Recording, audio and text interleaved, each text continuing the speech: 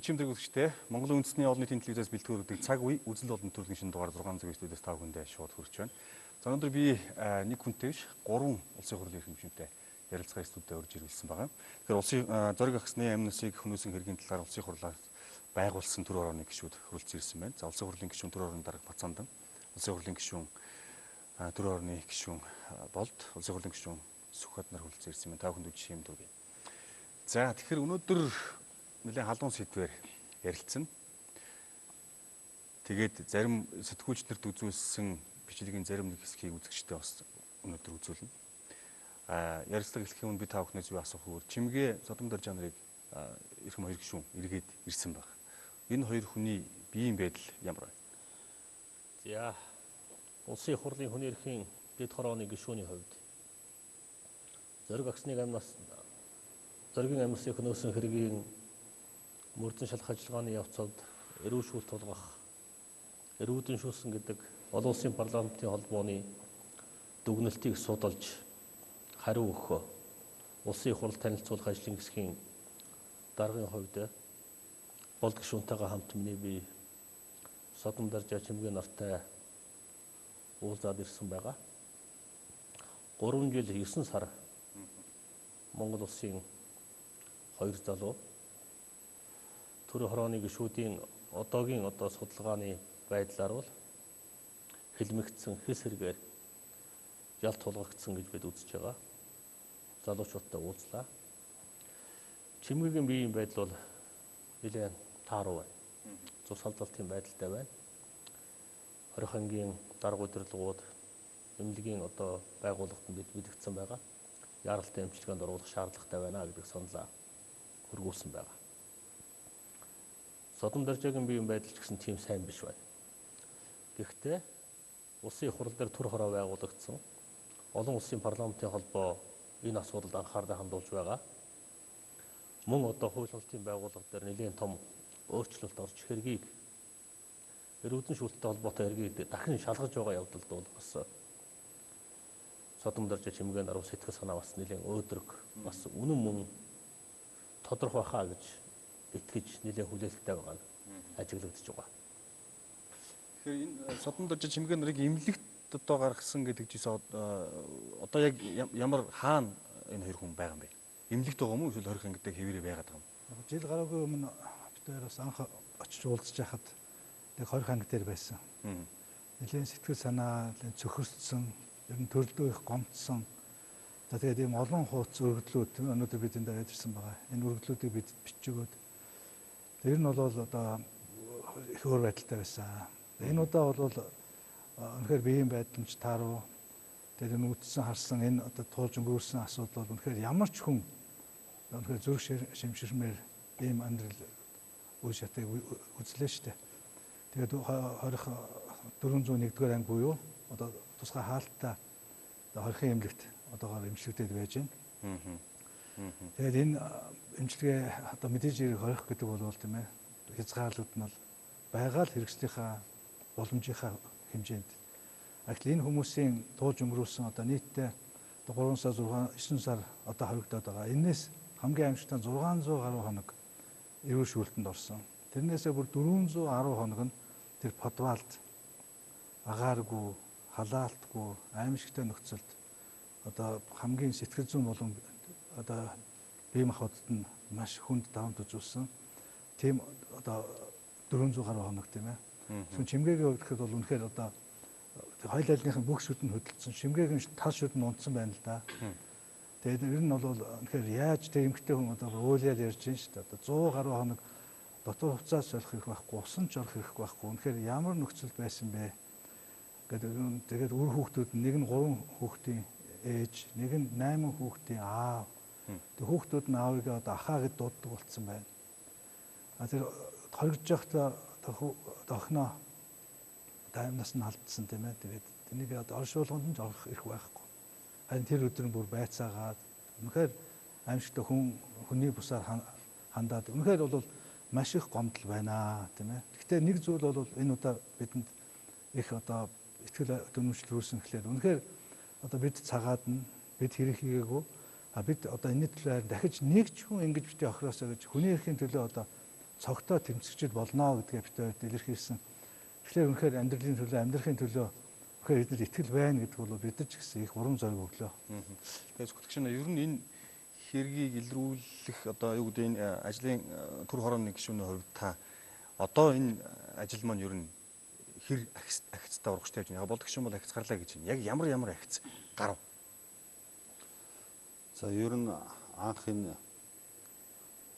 онц ноцтой муухай хэрэг бол бас энэ монголчуудыг хар дарсан зүуд мэт ийм аимшигтай байдалд авчихсан л да.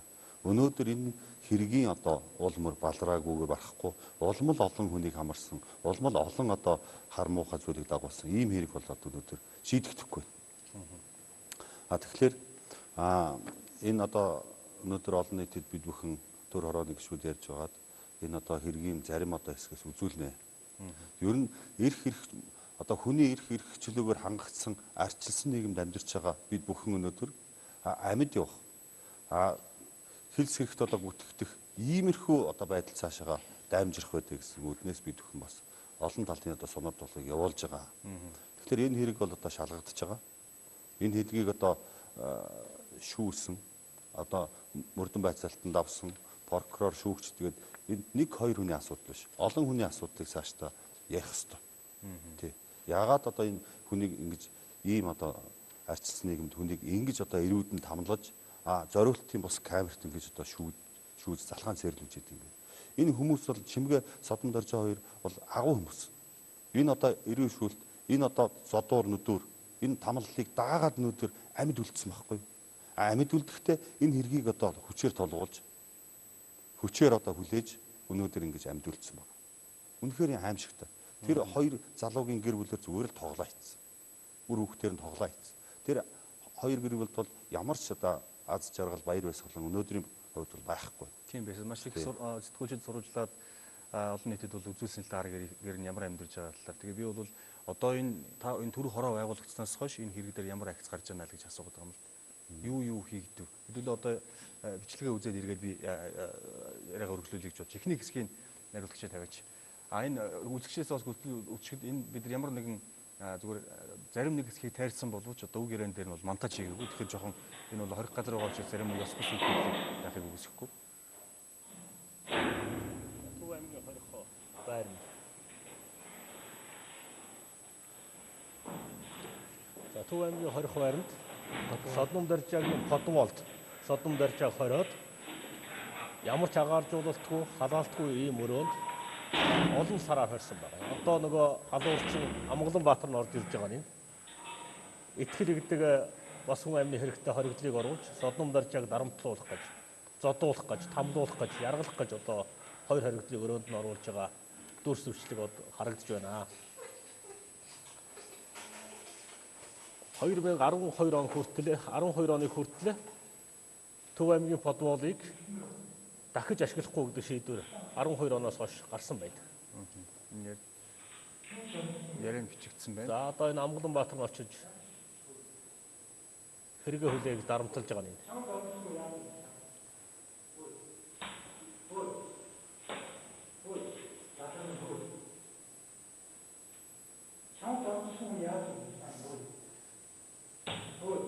Нэг хэрэг дээр шалгагдж байгаа хоёр этгээдийг нэг өрөөнд оруулах нь битгий уулзуулдагчгүй шүү дээ. Зөвхөн нүүрэлдүүлэх гэдэг нь эрүүгийн процесс зохицуулагдсан асуудал байдаг. Гэтэл оруулж нэгийг нөгөөгөөр нь зодуулж байгаа. Эрүүгийн хууль, эрүүгийн хэрэг хянан шийдвэрлэх тухай хууль, эрүүдэн шүүхийн эсрэг конвенц бүрэн зөрчигдөж байгаа хэрэг л дээ. Ялтаа хоригдол одоо шалгаж байгаа хориг хүн хоёр гэх юм ээ.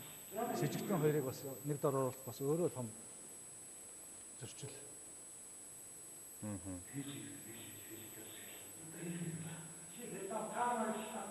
Энэ одоо ингээл хийсэн хэрэгээ хүлээ гэдэг одоо зүйлийг л тулгаад байна шүү дээ. Өдөр шөнөгүй. Энээс урд бол олон сарын өмнө хэрэг өдүүлсэн эрдэнэт баг. Зохиомл хэрэг.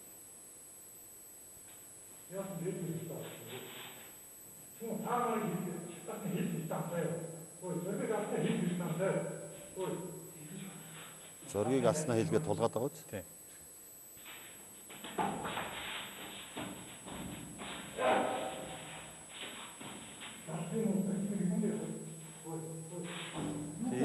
содон даржийг хавирах ухарсан гэж байгаа тийм үү? Тий. Тэр зодон тэр хэсэг нь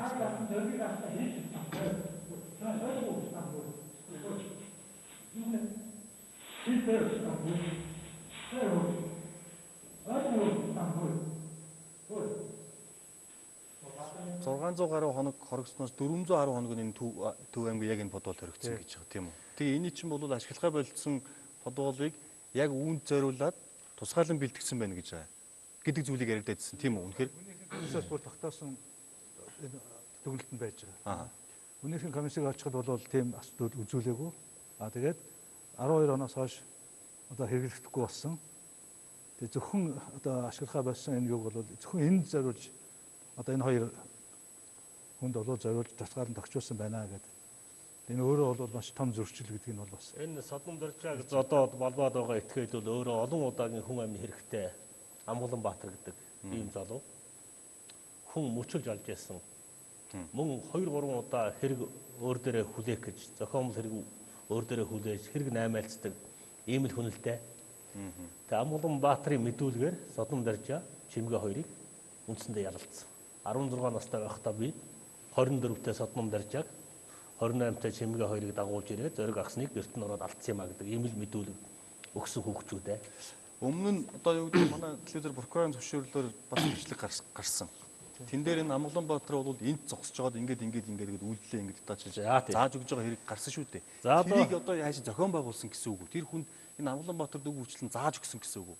Энийг тагнуулын байгууллагын мөрдөн байцаагчид зохион байгуулалтаагаар хийж бүр айлын хашаа руу зогц хаяж ээж олон удаа энэ Амгаланбаатар гэдэг залуу чинь мессеж бичиж чаддаг залуу шүү дээ. Бичих үсэггүй хүн. Тагнуулынхан Амгаланбаатарын өмнөөс 2013-4 оноос эхэлж содон даржаа руу чимгэрөө мессежүүд явуулсан баг.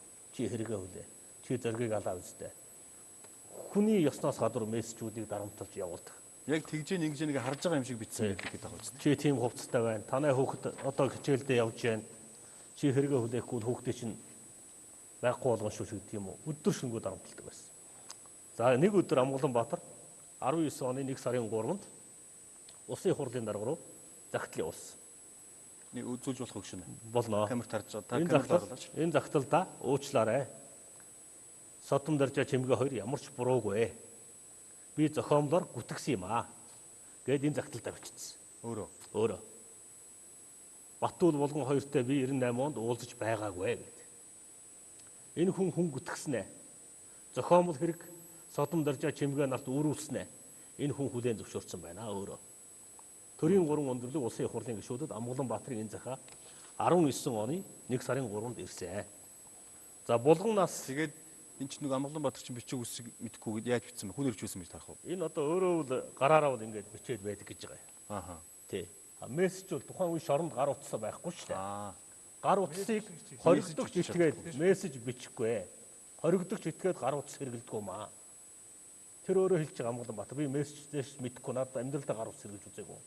Гэтэл тагнуулынхан Амгаланбаатар гэдэг хүнийг гадагшаа дагуулж гараад гар утас өгөөд Амгаланбаатарын өмнөөс 2013-4 оноос хойш янз бүрийн мессежүүдийг содон даржаагийн гэр бүл рүү, чимгээ рүү янз бүрийн хүмүүс рүү бичүүлдэг, дарамтлуулдаг, айлгадаг, сүрдүүлдэг ийм байсан. Одоо энэ хэргийн цорын ганц амьд гэрч булган гойтой бид уулцсан булганы загтал бас бид нарт ирсэн байгаа.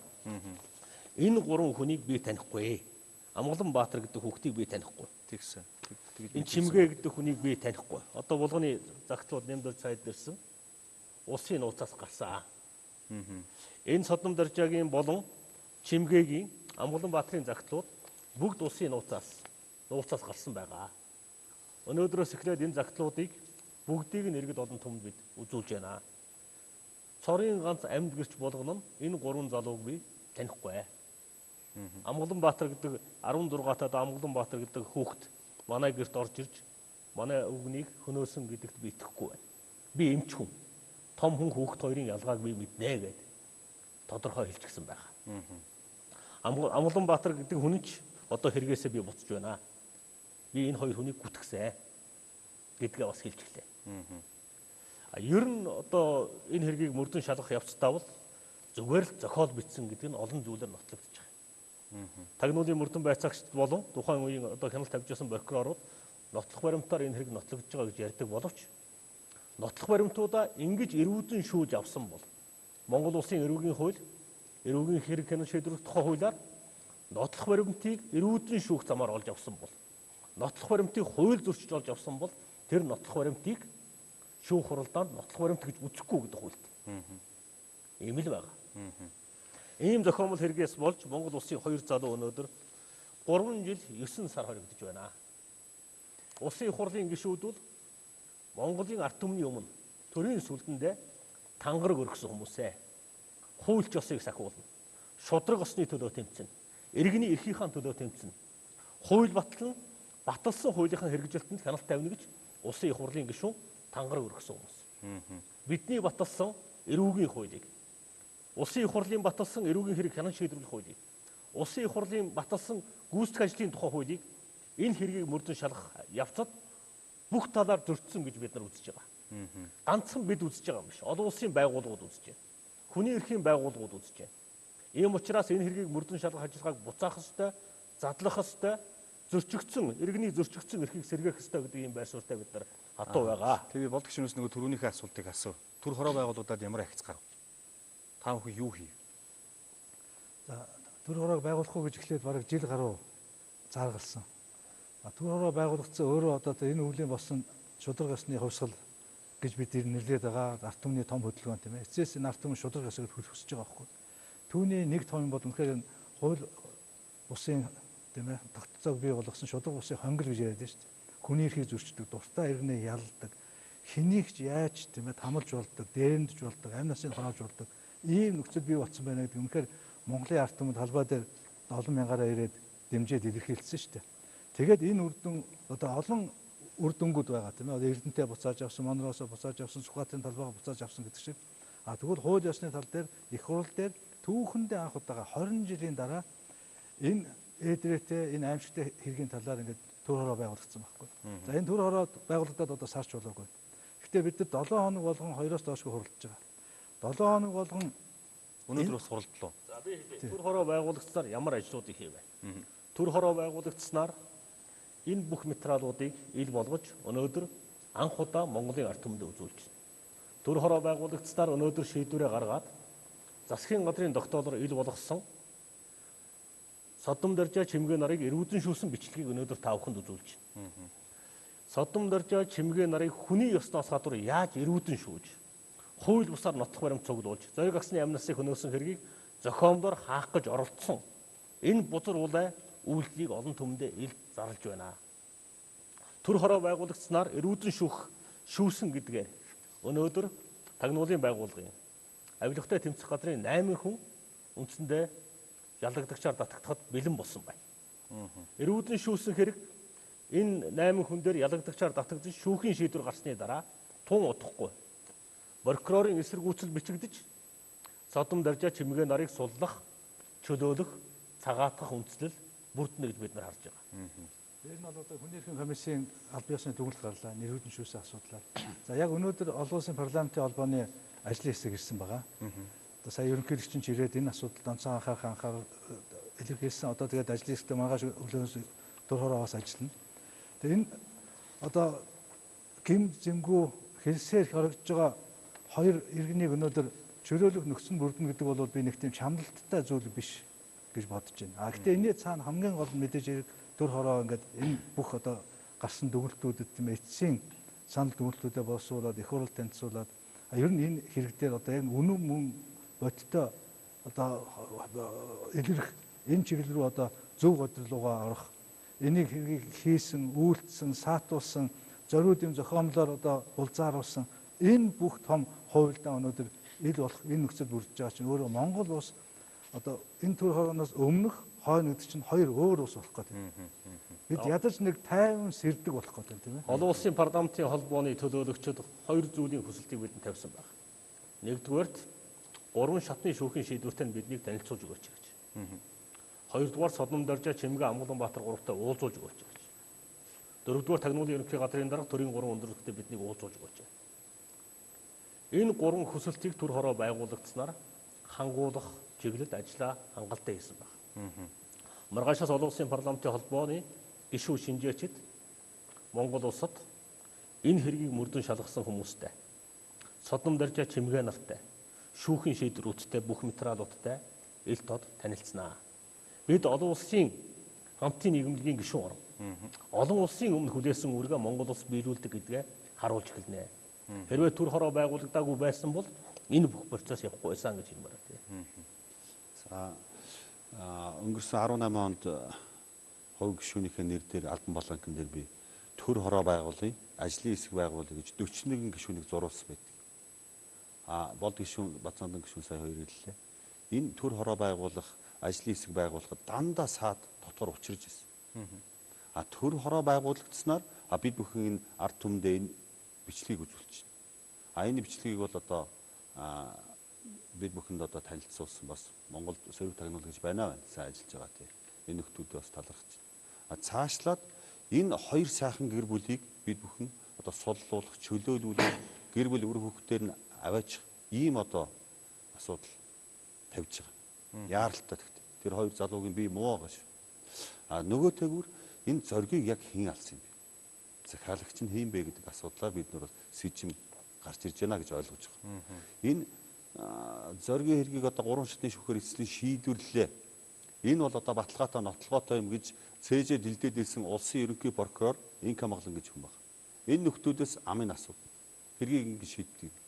Монгол улсын ерөнхий прокурор, Монгол улсын шүүгч гэдэг хүн бол тангар гөр гэсэн агуу амьтд байх хэрэгтэй байхгүй. Ард түмний хайртай, хүндэлдэг тийм хүмүүс байх хэрэгтэй. Энэ нөхдүүд бол шүүх прокурор энэ одоо хүчний байгууллагын нэрийг, тагнуулын байгууллагын нэрийг энэ зарим нөхдүүд унагсан. Энд бол одоо 1-2 хүнийг одоо шийтгэхэд хариуцлага тооцоод явах асуудал биш. Ингэжлэл хийх хүсэж байна. За нөгөө үлдсэн зарим нэг хэсгийг одоо үзүүлье.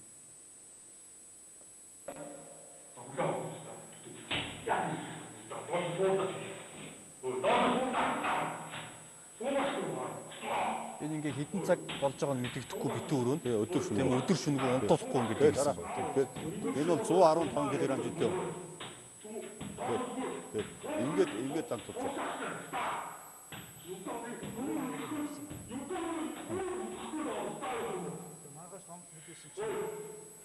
Эний доогсон гэж байна шүү дээ. Содонд орчод. Миний ингээ хавиг өгөө болчихж байгаа.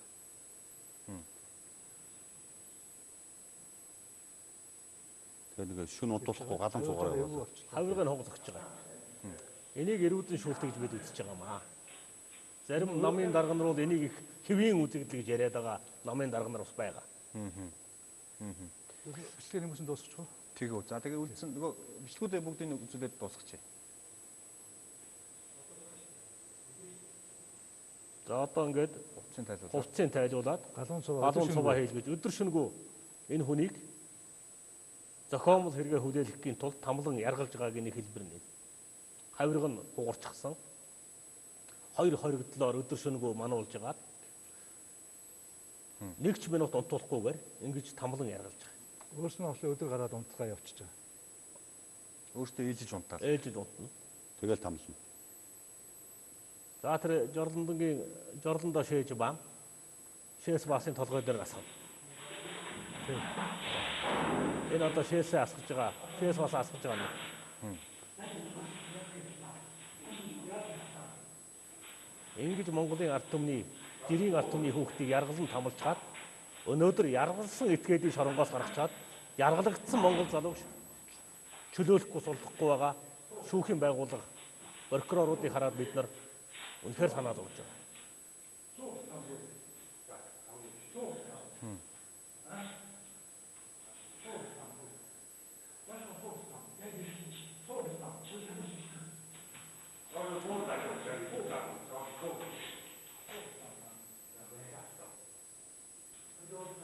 За одоо энэ хоёр нөхөр нь Амгалан Баатар одоо гарч байгаа.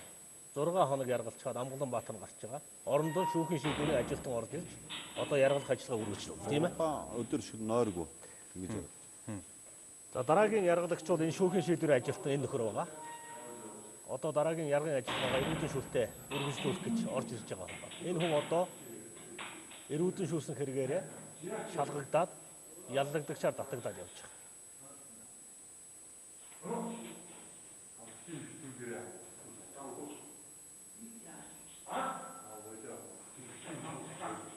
хуулийн ажилтан хүн шүү дээ нэг. Энэ хуулийн ажилтан.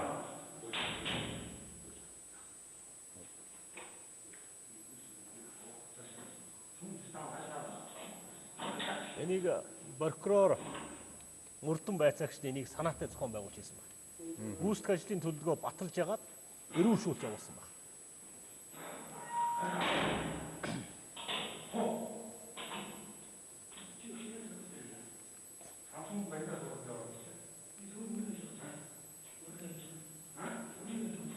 Би ямар ч хийгээгүй гэж юм тийм.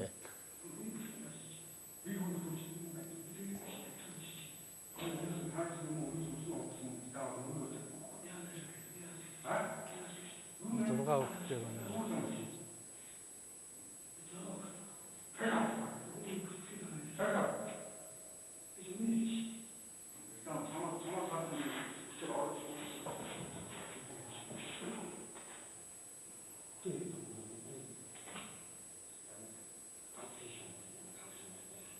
Энэ төрийн ажилтан хүн шүү дээ. Төрийн байгууллагад ажиллаж байгаа хүн өнөөдөр яргалал эрүүдэн шүүлтийг зохион байгуулж.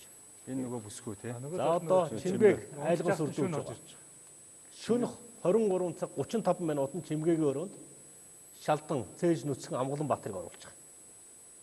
Ялтан олон удаагийн хүн амны хэрэгтэй хүнийг оруулж чимгээг хэрэгэ хүлээг дарамтлаж байгаа нь.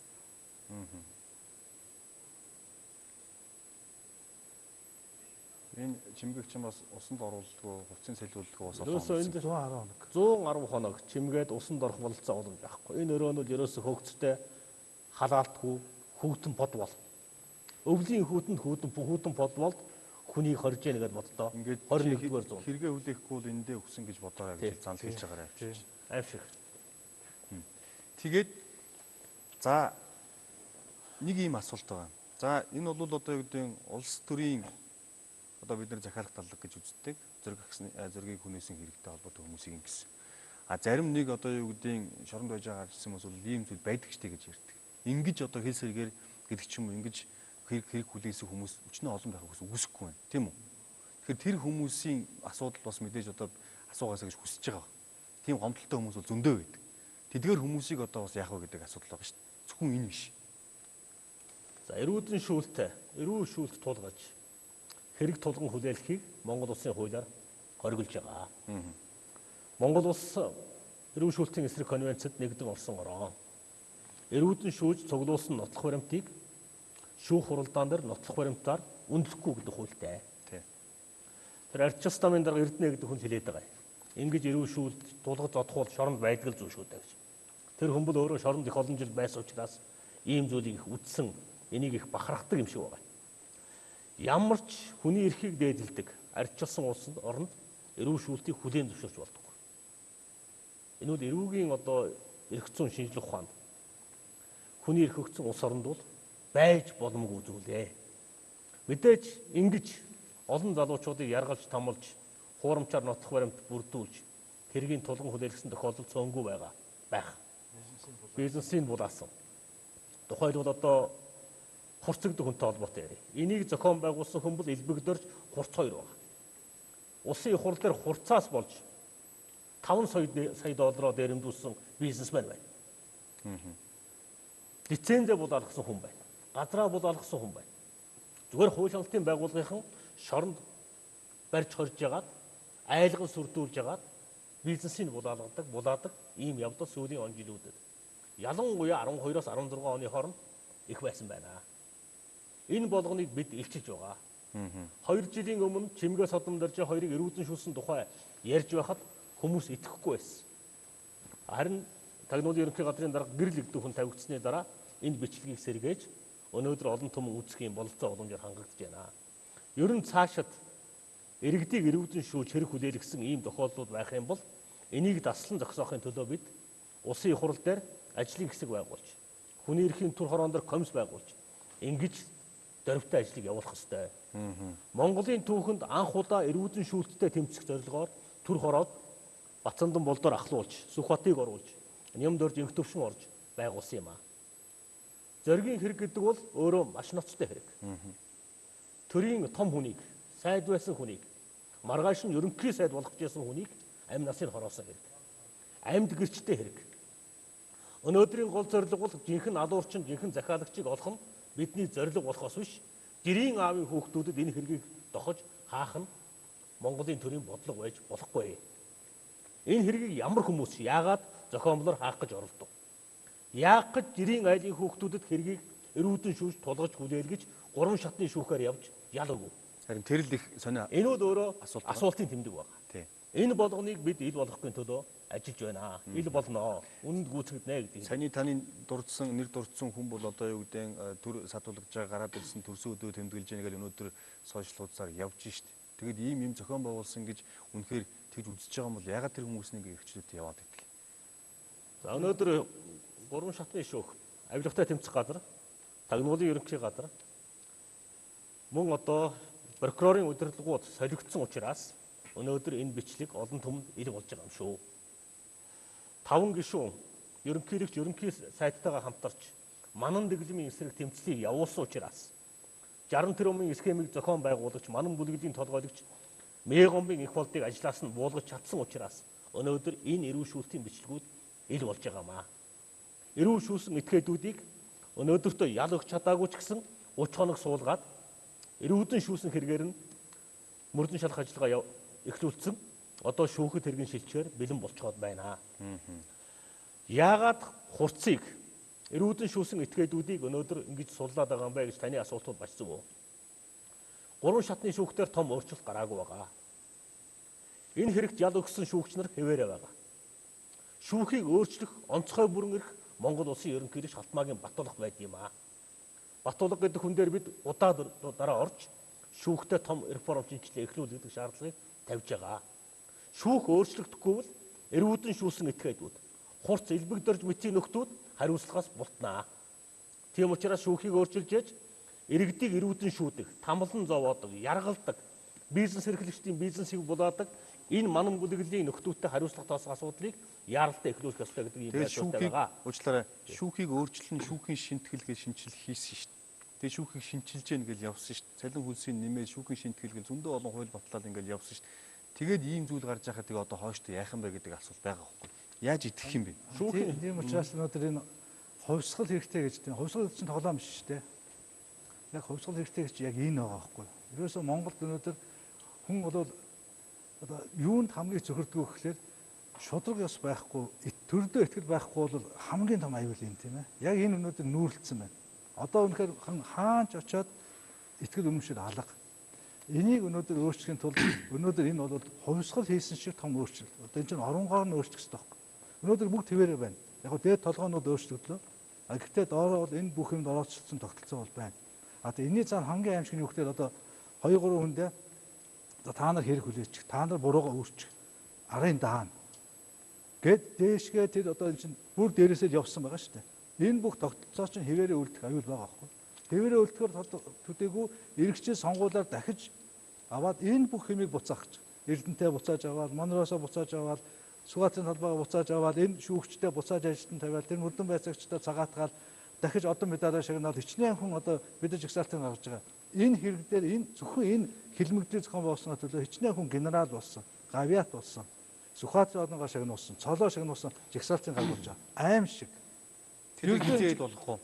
Одоо бид төр орноос бид үүрэг даалгавар өгсөн байж байгаа. За төр хорооноос Монгол улсын ерөнхийлөгч төрийн 3 өндөрлөгт эрүүдийн шүүх үйл ажиллагааг зохион байгуулсан хууль хяналтын байгууллагын ажилтнуудад энэ хэрэг дээр ажилласан бүх прокуроруудад энэ хэргийг хянан шийдвэрлсэн 3 шатны шүүхийн шүүгч нарыг бүгдийг нь чөлөөлөг хариуцлага тоосогддог төр хорооноос албан ёсны бичгээ хүсэлтээ шийдвэрээ үндэсний аюулгүй байдлын зөвлөлийн гишүүдэд явуулсан байгаа. Одоо хөдлөх байх гэж бид итгэж байна. За ер нь шүүхийн салбарт бол том реформ шинжилэл хийгдээгүй. Элбэг дөржийн хийсэн шинжилэл бол элбэг дөрж шүүхийн хувийн шүүх болгосон имиж шинжилэл хийсэн. Шүүхийн ерөнхий зөвлөлийг 5 гишүүнтэй болгосон. Тэр 5 нь элбэг дөржийн үүрэг даалгаврыг биелүүлдэг, шүүгч нарыг томилдог, имэл бүтцийг бий болгосон. Монголын шүүх бол үндсэндээ манан мафад үйлчилдэг. Мафийн тогтолцоо хамгаалдаг имэл бүтц болсон байгаа. А Батулга ерөнхийлөгчийг өөрчлөх болов уу гэж бид их найдаж хүлээж байгаа гэж хэлээ. Шүүгч нарыг томилж байгаад өмнөх томилгоон дээр ч эрхэм хоёр гишүүн байсан баха. Шүүхийн реформ явагдаж байгаад шүүхийг би танд хэлье. Шүүхийн асуудлыг Монгол улсын ерөнхийлөгч өөрөө мэдээ томилдог юм аа. Их хуралтай зөвшөөрсөн гэж нэг оруулж ирээд өөрөө мэдээ томилдог. Хуулиудыг баталсан хүмүүс шүү дээ. Хуулийг тухайн үед хууль орж ирж байсан. Тэмүүжингийн үеийн реформ. Ер нь Тэмүүжингийн хийсэн тэр реформыг эсэргүүцэж улсын их хурлын хуульч 5 гишүүн. Эрүүгийн хууль. Эрүүгийн хэрэг хянан шийдвэрлэх тухай хууль. Энэ хуульчдын холбооноос эхлээд өнгөрсөн 12-оос 16 оны хооронд хийсэн хууль зүйн шинжилэл нэртэй буруу зүйлийг эсэргүүцэж бид бослого гаргаж явсан. Ийм л байгаа. Одоо энэ зөрчлийн хуулийг харж байгаа. Бүр тойргийн прокурор, тойргийн шүүх байгуулна гэж явж ирсэн. Тийм биз? Бүр дээрэс нь эрүүлжүүлэхийг эмнэлэгдээр хүртэл байгуулад согтун хүмүүсээр эмчнийг зодуулж ясан тохиолдол байсан баха. Ийм бүтлгүй орлогыг хийж өнөөдөр Монголын хууль зүйн салбарыг самарсан юм аа. Үүний эсрэг нэмд орчтой нийлээд бид аргаа аваараа 5 хуульч гишүүн зогсож хагаад хуульчдын бослогыг зохион байгуулж байсан. Энийг та бүхэн мартаагүй бах тийм ба. Тэгшнэ. Та бол төр хороо байгуулахад маш олон эсэргүүцэлтэй тулгарсан гэж тэгж штэ. Эн чинь одоо гогцоо юм биш үү? Хинхэн эсэргүүцчээс гэдэг нь ойлгомжтой байж тээ тийм үү? Ямар эсэргүүц тулгарч ирсэн бэ гэдэг. Тэгээд тэрийг яг даваа гараад ирсэн бол ингээд та бүхэн ажиллаж байгаа нь бол бахархгүй штэ л. Гэтэ тэгсэн. Хурцыг Солонгос улс руу элчин сайдаар томилох, улсын их хурлаар одоо оруулах хэлцэг. Энэ одоо өдөр бид бүхэн нээлттэй сонсголын танхимд энэ содон даржаагийн ээж, чимгээгийн одоо арга гэр бүл, өмгөөлөгч, холбогдох одоо төрийн бас байгууллага олон нөхдүүдийг дуудаж нээлттэй сонсгол хийсэн. За тэр чуулганы хуралдаан дээр энэ нээлттэй сонсгол хийж байгаа энэний одоо гарсан дүгнэлтийн дагуу энэ хурцын талаар ярих юм биш үү? Наад хүн чинь нийгэмд одоо энэ ийм байдал үүсгэсэн, ийм хүнийг одоо өнөөдөр авч хэлцэх буруу гэдэг үгээ хэлээд гарсан. За тэр хурал дээр бол хурцын талаар маш олон зүйл яригдсан. Тийм. Хурц одоо миний одоо амьдралаар ингэж тоглосон, намайг ингэж гүйтгсэн. Би одоо мэрэгжлийн ялтын байгууллагад ажилладаг байсан. Намайг 5 жилийн ялуу гэдэг ингээд суулгаад ингээ амьдралаар тоглосон гэсэн ч хүн гарч ирсэн. Эргээд тэр содон даржаагийн аргэр ээж нь жавзмаагаа гэж өгшин ярьсан. За миний муу хөвч нь Улаанбаатар хот руу тоотоо хоорсон хөвгт шүү дээ. Миний муу хөвч одоо тэгэл урд ажиллал хийж яадаг нэг өр хөвгтэй амьдралаа л гэсэн хөвгт шүү дээ. Би энэ хэргийг одоо дуустал нь одоо би нойрог болсон. Миний үс цайсан. Би шудраг үнний төлөө би хүүгээ цагаатна гэдэгт итгэж яваа гэж. Тэр бол жавсмаагаа бол агуу сайхан Монгол ээж. Тэр хүнээс бол хизээч тийм муу хүн төрхөөргүй тийм сайхан хөгшин байлээ. Ер нь бол энэ манай мафийн бүлэг гэж одоо Бацантан гişүн ярьлаа. Энэ үнэн байсан шүү. Энэ нэг зүйлийг хэлье. Содон даржаагийн чимгээгийн энэ бичлэгийг үзээд ар гэрийнх нь ахлуулсан санаан зовж байгаа нь ойлгомжтой байгаа. Монголын ард түмэнд санаан зовж байгаа. Төр хороо эцсээ хүртэл явнаа. Гим зэмгүй хэлсээр хэлбэгдсэн содон даржаа чимгээ нарыг сулдуулахын төлөө төр хороо хуулийн хүрээнд, улс төрийн хүрээнд хийж чадах бүх юм хийнэ. Энийг би хэлье. Энэ залуучуудыг хэлмэгдүүлж зориг агсныг алсан жинхэнэ захиалагч алуурчныг нуух гэж оролдож байгаа хэсэг тооны улс төрчид байгаа. Өнөөдрийг хүртэл оролдож байгаа. Та нар үнэнд гүйцэгднэ гэдгийг бас хэлье. Ер нь зориг агсны амь насыг хөнөөсөн хэргийг нуух гэж булзааруулах гэж анхаарлыг өөр тийш нь чиглүүлэх гэж 21 жил оролцсон юм шүү. Энэ хоёр нам. Би хэлье 2 нам оролцсон шүү. 2 намын одоо удирдлагууд.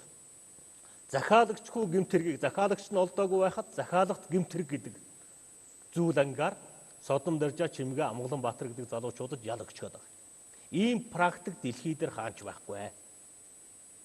Эргэлзээтэй зүйл байгаа бол зөвхөн ялгадагчийн тал шийдвэрлэнэ гэдэг эрүүгийн хуулийн үндсэн зарчим бий. Эрдэнэбат гэж прокурор миний үеийн залуу их сургуулийн багш залуу байсан. Эрдэнэбат прокурор Батчаргал гэдэг прокурорууд энэ хэрэг дээр хяналтаа тавьсан. Энэ прокурорууд бол гүйцэтгэх ажлын төлөвлөгөө гэдэг юм дээр өөрсдөө гарын үсгээ зурж ягаад энэ эрүүдэн шүүлтийг зохион байгуулсан. Тагнуулын ерөнхий газрын дарга хурцын шууд удирдлагын дор энэ ажиллагаа явагдсан. Цаана нь гол зохион байгуулагч хүн бол Элбэг Доржоо. Монгол улсын ерөнхийлөгч байсан Элбэг Дорж. Энэ асуудлыг бид төр хорооны гишүүд Монгол улсын ерөнхийлөгч Алтмаагийн Баттуулга болон төрийн 3 өндөрлөгт хангалттай хэлсэн. Тэгээ одоо гişүн ингэж та бол сая маш олон нэр хэллээ. Бүгд буруутай гэдгийг бол хэллээ. Тэг ингээ бүх юм ийм төрийн 3 өндөрлөгт хангалттай хэлсэн. Тэгээ одоо гişүн ингэж та бол сая маш олон нэр хэллээ. Бүгд буруутай гэдгийг бол хэллээ. Тэг ингээ бүх юм ийм тодорхой байгаа юм болвол гэдэг асуулт гарч ирж шээ. Хизээ. Одоо ингээд сонгуул хаяанд ирсэн. Та бүхэн бас ингээд сая нам байгуулсан. Одоо юу гэдэг ингээд хурлын сонгуулийн тухай хууль хилцэгчэд ирж байгаа үед ахаа та хэд одоо ингээд шоу хийгээд сонгуул болгох төгөхөөл одоо зоригийн хэргийг ярьдаг. Энд чинь ингээд балан замхаад бас нэг өдөр ингээд нэг 2 3 хүн суугаад яриад сууж байгаа юм шиг үстэй гэдэг асуулт үзэгчийн тунд бол мэдээж байгаа. Хизээ энэ хүмүүс тодорхой юм бол хизээ тэр хүмүүс хариулт тооцох. Маш тодорхой хариулт байгаа. Хувьсгал болсон учраас энэ ил гарлаа. Актийн хувьсгал ялаагүй байна. Энэ хувьсгал хизээ ялах хөглөө үнэхээр энэ ард иргэд энэ аимшигтай бузар тогтцоог авч хаяад өөрснөө үнэхээр иргэд өөрснийхөө засаглалыг тогтоосон үед энэ өөрчлөгд. Ингийн тулд одоо бол бид хүлээж байна. Маш төвчээртэй хүлээж байна. Олон сар шаардж байна. Энэ бүх бидний яг жил гаруугийн өмнө 2 жилийн өмнө бичээд өгсөн бүх юмуд өнөөдөр бичлэгээр нотолж байгаа байхгүй. Бид хоёрын өгсөн бичгэнд байж байгаа шүү дээ. Өнөөдөр хинч хуруу хөдөлгөөгүй. Ялтан хүмүүс худлаа ярьдаг юмаа гэж сууж байгаа байхгүй. Одоо ингээд нотолдлоо. Одоо ингээд бид энэ тогтолцоогоо харна. Энэ тогтолцоо хэрвээ хөдлөхгүй бол бид нэр дахиад гудамж руу гарна. Энэ бол тодорхой шүү. Энэ залуучууд хэлмэгдсэн гэдэг асуудлыг 3 жилийн өмнө Нямдорж Бацандан Болднаар ярьж гэлсэн юм аа. 3 жилийн өмнө шүү. Сонгуул хамаагүй. Энэ хэлмэгдүүлэх ажиллагааг зохион байгуулсан хүн хурцгддаг хүн байдаг. Энэ хүнийг элчин сайдаар өмнө Солонгос руу томилноо гэж оруулж ирэхэд нь эсэргүүцэж нийтийн сонсгол зохион байгуулж явсан хүн нь бид нар юм аа. Бид 3 жил энэ залуучуудыг гаргахын төлөө хэлмэгдсэн жирийн ардны хүүхдүүдийг өмгөөлөх, хамгаалах, эрхийг нь сэргээхийн төлөө бид тэмцэж байна. Энэ сонгуул биш шүү. 3 жилийн өмнө сонгуул болоогүй байна. Тэгэхээр сонгуультай холбож битгий ойлгоорой. Бацандан Болд Сүхбат гэдэг хүмүүс улс төржиж явдаг хүмүүс биш ээ.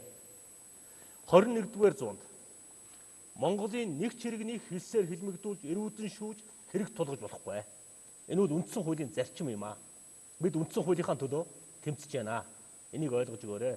Тийм бичлэгээр бол хэлэхэд бол үнэхээр энэ бичлэг бол зах зуух шүү дээ. Одоо сая нэг 4 минутын л үзүүлэлт тийм ээ. Зэтгүүчдэд бол 24 минут үзүүлсэн. Үнэхээр тэдний хүмүүс ямар шоконд осныг хүн болго харсан.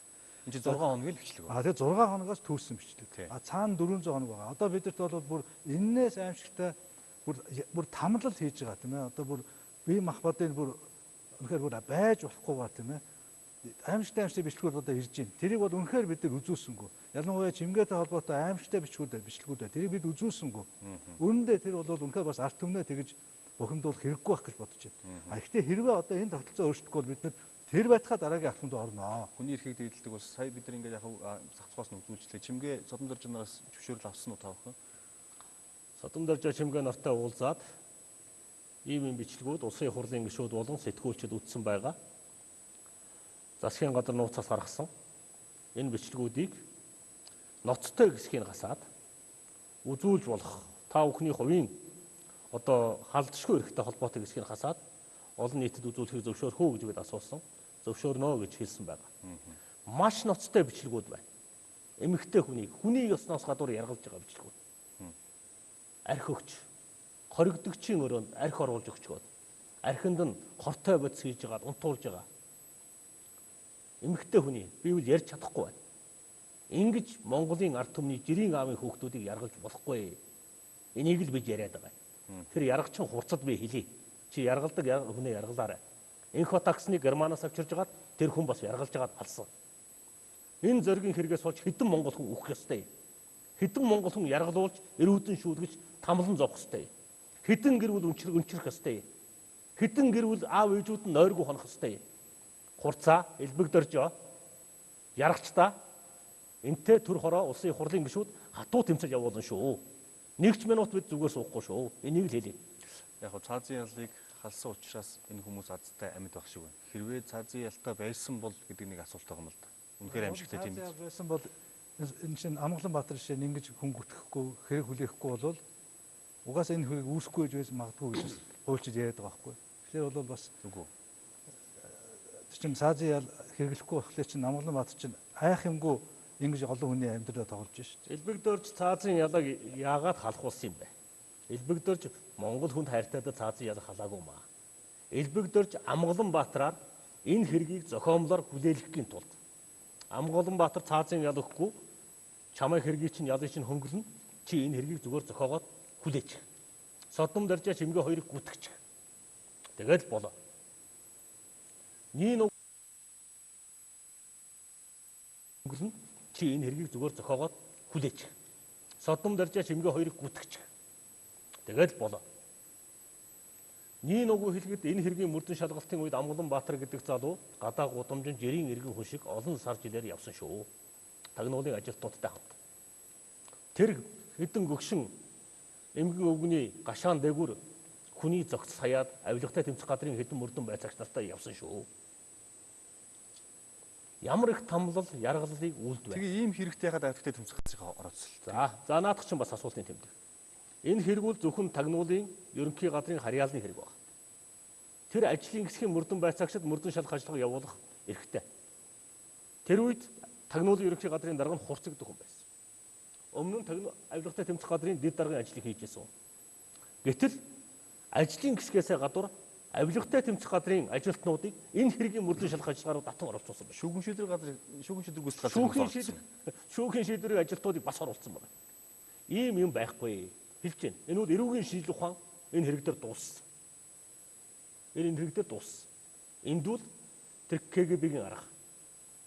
Тэр яргалдаг, эрүүдэн шүүдэг коммунист нийгмийн арга л энэ дээр явж байгаа. Ийм л юмыг манай тагнуулын ерөнхий газрын дарга Эрхэм Хурц өмнөх ерөнхийлөгч Илбэг Доржийн захиалгаар хийсэн байна. Олон залуучууд энэ хэрэгээс болоод одоо ял авнаа. Эрдэнэт прокурор хяналт тавьж ирсэн. Тэр хүн ял авна. Батчааргал буруутна. Тэр 20 ангийн прокурорууд энэ хэрэг дээр буруугаар ял өгсөн шүүгч нар бүгд буруутнаа. Бүх юм нотлох баримттайгаа ил болж байна. Илбэг Дорж гэдэг ганц муу хүнээс болж Монголын олон залуучууд өнөөдөр олон гэр бүлээсээ салж хэрэгт орхоно. Ийм л юм болж байгаа. Үнэн мөнийг бодит түнийг бид ард түмдээ хэлэх болно. Нуухгүй. Одоо энэ саяны бичлэгтэр тэр улаан цамцтай өндөр залууг бол бас сулцсан гэдэг зүйлийг ярьж ирсэн. Энэ залуу сул явж гэнэ үү? Баригдсан уу? Яасан ба? Энэ залуу бол бас Саксны спортын зэрэгтэй залуу. 115 кг жинтэй. Тийм тамирч хүн байхгүй. 15 жилийн ялтай одоо суусан байна. Энэ хэрэгт оролцсноор тэр нөхөр 6 жил суугаад гарсан байдаг. Одоо сул явж байгаа гэсэн. Одоо энэ хэргийнхээ төлөө шагнуулсан байж магадгүй гэсэн ийм одоо зүйл. Ер нь ингээд энэ ташрамт хэлэхэд энэ одоо хэргийг бол яг өнөөдрийн байдлаар улс төртэй юм уу улс төрийн сонгуультай намуудтай холбох ямар ч шаардлага байхгүй. Хамгийн гол нь энэ хохироод байгаа гимгүү одоо ард иргэдийг суллах. Анхан шатны одоо шүүх рүү хэргийг нь одоо явуулах. Энэ гурван нөхөрч одоо би энэ хэргийг хийгээгүй хэл сэрэхт орсон хүчээр хэрэг хүлээл гэсэн гэдгээ хэлээд нь шүү дээ. Одоо өөрийнхөө л одоо боломжоор л ингээд бичээд байгаа юм. Ингээд бичээд байгаа юм. Ийм юм болсон он сар өдөртөө энийг уншихаар энэ одоо бичлэгтэй яг таарч байгаа. Тийм л юм яваад байгаа. Нотлох баримтууд гэж нэг инээдэмтэй юм байгаа. 98 онд гарсан хэргийг бүр 20 жилийн дараа Содом Доржаг зориг агсны байшингийнх нь хажуугаар явж ясныг би харсан гэдэг нэг 80 настай гөгшнөр нотлуулсан байна. Та 2 хоногийн өмнө харсан хүнээс танихгүй шүү дээ. Гэтэл 80 хүрсэн гөгшин 20 жилийн өмнөх хүнээ таньж яах юм гинэ. Бас нэг хүн Америкаас иймэрхүү маягаар нотлох баримтуудыг бүгдийг хурамчаар бүрдүүлсэн энэ хэрэг дээр. Зүгээр л зохиол бичсэн. Олон зохиол би уншижсэн, олон үлгэр уншижсэн. Гэхдээ ийм үлгэр, ийм зохиол гэж байдгүй маа. Тэр Батбаяр гэдэг хүнтэй одоо хүний яриад байгаа зүйл юу болж таарсан бэ? Бид бол төр хорооноос ер нь энэ хэрэгтэй холбоотой бидэд мэдээлэл өгөх, уулзах бүхий л хүмүүст урлаг илгээсэн. Тэр Батбаяр ч гэсэн илгээсэн. Одоо өнөхөр тэргээс харж байгаа бол бидэнтэй холбогдоорой. Хүн болгоныг бид хүлээн авч уулзж байгаа. Энэ хооронд маш олон хүмүүс их сонинчтой өөрсдийн версийг гаргаж байна тийм ээ. Ер нь их олон янзын хүмүүс уулзж байгаа. Гэтэ бол тус болгох хүмүүс их уулзж байгаа. Тийм учраас хэн туслаа нь бол бидэнтэй холбогдоорой гэж хэлээ. Энэ хэрэгтэй холбоотойгоор захаалагчийг илрүүлэх хэрэг гэж тусгай хэрэг тагнуулын байгууллага дээр шалгагдаж явж байгаа. Амгалан Баатар гэдэг хүн хэрвээ жинхнээсээ алуурчин мөн байсан бол захаалагчийн нэрийг хэлээд 2 жил болж байна. Амгалан Баатарын мэдүүлэг дээр үндэслэж Содом Доржаа чимгээ 2 жил ялгахч гэсэн хэрнээ Амгалан Баатарын хэлсэн захаалагч дээр тулаад очихороо биш байна гэд хууль амтын байгууллага хоошоо сууж байгаа. За сүүлд нь Амгалан Баатар гэдэг хүн захаагандаа бичсэн. Би буруу хэлсэн юм аа. Би энэ хэргийг оролцоогүй мэдэхгүй ээ. Би 98 онд Батүлтэй ч уулзаж байгаагүй. Булгантай ч уулзаж байгаагүй. Содом Доржаа чимгээ нартай ч хамт энэ хэргийг үлдээгүй гэдгээ бичиж явуулсан. Зүгээр л Амгалан Баатар гэдэг хэрэг үүрдэг. Ийм нэг этгээдийн үгээр энэ хэргийг илрүүлсэн болох гэж тагнуулын хэдэн мөрдөн байцаагч нар Амгалан Баатар гэдэг хэрэг үүрдэг. Ийм нэг этгээдийн үгээр энэ хэргийг илрүүлсэн болох гэж тагнуулын хэдэн мөрдөн байцаагч нар жүжиг тоглосон. 3 шатаар ял өгснийхөө төлөө хурц гэдэг хүн генерал цолыг элбэг дөржөөс авсан. Махгал гэдэг мөрдөн байцаагч Сүхбаатарын одон элбэг дөржөөс авсан. Зүгээр шагналын төлөө. Магадгүй жинхэнэ алуурчныг нуухын төлөө ийм зүйлийг хийсэн шүү. Тэгээ захиалагчаа хин гэж хэлснээ хэлж болох уу? Одоо энэ Амгалан Баатар. Одоо энэ захиан бол энэ бол нь улсын нууцаас гарсан. Энэ дээр бол Батуул гэдэг хүнтэй би уулзж байгаагүй гэж бичсэн байна. Ер нь ингэж зохиомл хэрэг зохиож 37 он шиг Монголын ард түмнийг яргалдаг, тамалдаг, эрүүдэн шүүдэг явдалтай бид хатуу тэмцэнэ л гэдгийг хэлье. Зориг агсны амь насыг хөнөөсөн хэрэг дээр төр хороо байгуулагдсан, дуршлагтай хуульчид, Ням Дөржгой, Инх Төвшөнгой, манай болд гээд нэлээд дуршлагтай парламентчид орсон учраас энэ хэргийн үзүүрийг зангилааг бид гаргахын төлөө явнаа. Олон улсын парламентын холбоо тусалж байгаа. 21 жил энэ хэргийг замхруулах гэж, нуух гэж, дарах гэж оролцсон. Гэхдээ бас нэг үнэн гэж байдаг юм аа. Үнэн гэж байдаг. Хуулийн мэрэгжилтэй дуршлагтай хүмүүс бол энэ илрүүлсэн явдлыг Содом Доржи чимгээ хоёр жал өгсөн 3 шатны шүүхээр ороод ял өгсөн явдлыг бол ямар ч нотлох баримтгүй байна, хэлс байна, эрүүдэн шүүсэн байна, үндэслэгүй байна гэж үзэж байгаа. Хохирогчийн гэр бүлийн хүмүүстэй бид бас холбоо тогтоосон. Оюунгуйтай, Баяргуйтай, хохирогчийн өмгөөлөгч нартай холбогдож байгаа. Энэ хэргийн мөрдөн шалах ажиллагаан дээр болон шүүх үйл ажиллагаан дээр өмгөөлөгч нарын эрхийг ч эдлүүлээг байна. Өмгөөлөгч нар хэргийн материалтай танилцаад тэмдэглэлийн дэвтэр аваад орох гэхээр хориглоо зогсож байгаа. Альва хэрэг гэдэг бол цөвөр мэтгэлцэн дээр тулгуурлаж, талуудын мэтгэлцэн дээр тулгуурлаж шийдэгдэж явах хэрэгтэй. Тэгээд тэр мэтгэлцэх эрхийг ч хангаж өгөөгүй байна. Шүүхийн ерөнхий зүйл төр шүүгчдийн ёс зүйн хороо гэж байдаг хаа. Тэд нар энэ төр юугаа хийжсэн бол таарах уу? Энд чинь гомдол гаргаж байгаа шүү дээ. Зөндөл хийлэн болсон шүү дээ. Албан бичгээр асуудал тавьж байгаа шүү дээ. Тэгээд ерөөсөө эн чинь бол хэлж шүү дээ. Эн чинь тогтолцоо байгаа байхгүй юу? Яагаад хувьсгал хийх болов? Эн чинь нэгэд бүр хүнийг хэлмэгдүүлдэг тогтолцоо байсан учраас өнөөдөр хувьсгал болж шүү дээ. 90 онд бас нэг ийм тогтолцоо байсан учраас хувьсгал болсон шүү дээ. Одоо энэ 30 жил дахиад ийм тогтолцоо бий болчиж зориг бид нар бол үнэхээр дотн найзууд. Агтлууд зоригийн тэр амь насны хүрээсэн тийм аимшигтай хэрэг гарахад яасан эргээд одоо бас нэг найз Батуул дээр нь жишээ нь тохож шалгаад тэгээ сүүлдээ тийм гүтгэлээс хогоод тэгээ тэрэн дээрээ мухардаад тэгсэн мөртлөө энэ дунд нь гим зэмгүй хүмүүсийг хэлмэдүүлсэн байна шүү дээ. Яг ийм л дүр зур хагдж байгаа байхгүй. Улсын хурал дээр ерөнхий прокурор байсан энэ хамгаалан орж ирээд энэ хэрэг илэрсэн пар Отгон Баатар гэдэг хүн алсан гэдэг. Олон жилийн өмнө талигач болсон хүний гүтгэс сууж байгаа. 3 шатны шүүхээр хяналтын шүүхийн хуралдааныг ерөнхий шүүгч зориг нь өөрөө даргалаад бүх шүүгчдийн хуралдаан гэдэг тусгай шатыг зориудаар хааж байгаа. Энэ болгон бол санаатай гэмт хэрэггүй юм аа. Энэ хэргийг хаах гэж алуурчны, захиалагчийн нуух гэж 2 жирийн иргэнд энэ хэргийг дохох гэж Монголын төр ингэж зориуд зохион байгуулалтад ажилласан. Энэ бол олон талаар нотогдож байгаа. Энэ хэрэг дээр ултай суурьтай төр хороо ажиллаж, дүгнэлтээ гаргаж, улсын хуралд ард түмэндээ танилцуулнаа. Содом Доржи чимгээ нарыг сулдуулахын төлөө чадах бүх юмаа бид хийж байгаа. Улсын ерөнхий прокурортой саяхан уулзсан. Эрүүдэн шүүсэн гэдэг хэрэг нь шүүхээс нотлогдоод холбогдох этгээдүүд ял шийтгэл авсны дараа прокурор эсэргүүцлээ бичиж энэ залуучуудыг суллах. Цаашид улмаар цагаатах асуудлыг хөндөж тавихаар бид нар ажиллаж байгаа гэдэг хэлье. За Монгол улсад олон улсын парламентын холбооны төлөөлөгчд ирсэн байгаа. За олон улсад бид бүхэн одоо энэ хэргийг одоо илрүүлж чадаагүй дээ. Бас одоо үнэхээр эвгүй байдалд орж байгаа шүү. Энэ хэргийг ингэж одоо шийддэг юм аа. Ийм байдлаар ханддаг юм аа гэдэг. Бидний л болохгүй байгаа муу муухай болгоо нэг л энэ нөхдүүд хэлж байгаа. За бидний гишүүд маргааш энэ төлөөлөлтөд уулзнаа. За та нөхдүүд энэ үзүүлж байгаа бичлэг бол бас нэг нуунаас гарсан, нууцаас гарсан ийм бичлэгүүд байгаа. Дараагийн удаад бас өөр мэдээлэл ард иргэддээ бид хүргэнэ. Өөр бичлэг бас хүргэнэ гэж бодож байгаа. Тийм болохоор бид бүхэн өнөөдөр ийм хэмжээтэй ярих л бас эрэхтэй, үүрэгтэй гэж бодож байна. Дараагийн удаад бас энэ байдлаар хандна гэж бодож байна. Гол зорилго бол өнөөдөр төр хорооны тэмцэл улсын хурлын гишүүд хэлмэгдсэн иргэдээ сулдуулахын төлөө цагаатгахын төлөө тэмцэж байгаа тэмцлийн гол зорилго бол цаашид мянган содном даржааг бий болгохын төлөө тэмцэж байгаа. Чимгээ шиг Монголын мянган иргэд дахиж хэлмэгдэхгүй байгаа бүх хэлмэгдээсэй гэсэндээ өнөөдөр улсын хурлын гишүүд тэмцэж байгаамаа. Өнөөдөр энэ хэлмэгдүүлэлтийг эрүүдэн шүүлтийг өнөөдөр зогсоохгүй бол цаашид Монголын мянган жирийн иргэдийг хэлмэгдүүлэх тогтолцоо бэлэн байна л гэсэн үг.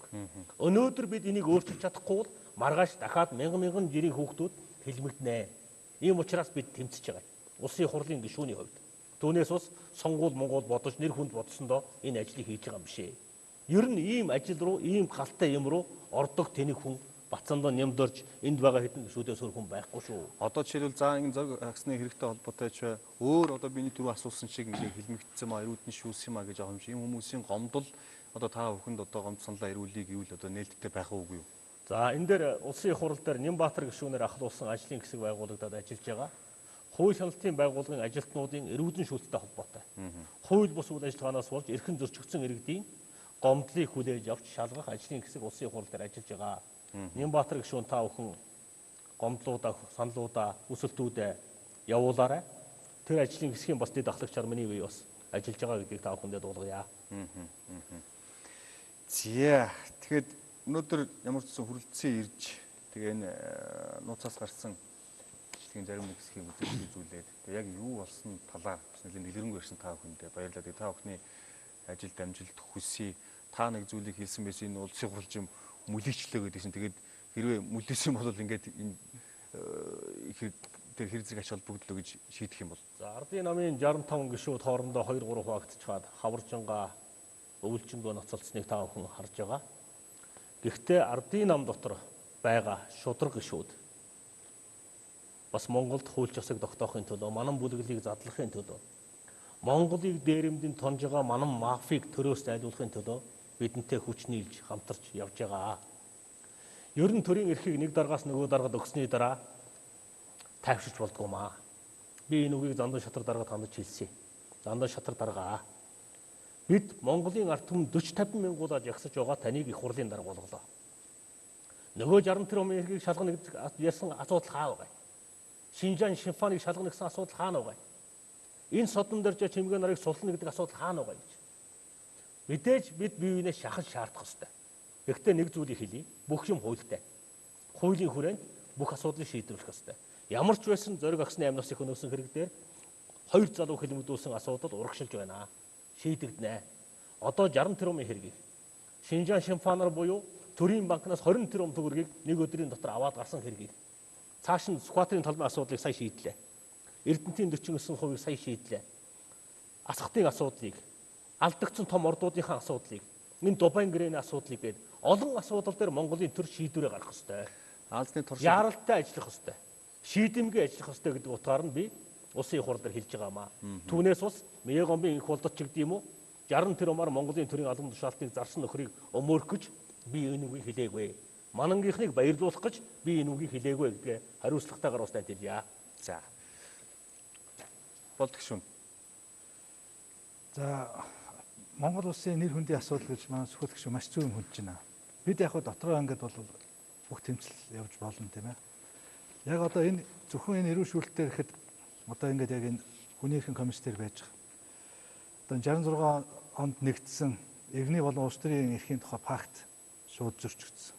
84 онд нэгдсэн одоо эрүүдэн шүүх болон бусад хэлбэрээр хэвсгээ хүнлэг бусаар хүний нэр төрийг доромжлон харьцах шийдэхийн эсрэг конвенц гэдэг зөрчигдсөн.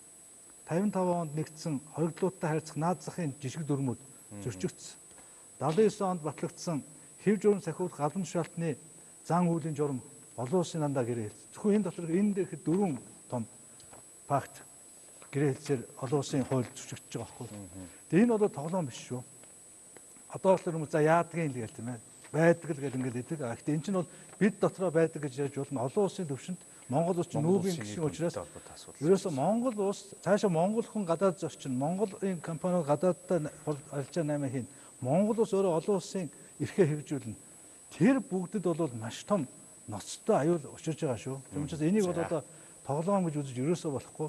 Эцсийн одоо яаралтай олохгүй бол одоо энэ ирж байгаа өнөөдөр ажлын хэсэг энэ ажлын хэсэгт маш зөв ойлголтыг өгөөд ингээ явуулахгүй бол өмнө ирэхэд нь уулзахгүйгээд уулзаг байгаа. Олон төрлийн байгууллага. Энэ бүгдийг бол анхаарасаа. Цаг дууссан байна. Тэгээ энэ хүү олон улсын парламентын холбооны төлөвлөлийн гишүүд ирсэнтэй холбогдуулаад бас үйл явдлаас хашаа өрнөх багт эдрийг сэтгүүлж бид бүхэн олон нийтэд бас оруулан хүргэнэ гэж бодож байна. Тэгээ хүрэлцэн ирсэн та бүхэнд баярлалаа. Өнөөдөр манай студид улсын хурлаас зөргийн амь насны хүмүүстэнтэй холбогдуулан байгуулсан төр хорооны гишүүд хүрэлцэн ирж оролцсон үзэгч та бүхэнд баярлалаа. Баярлалаа.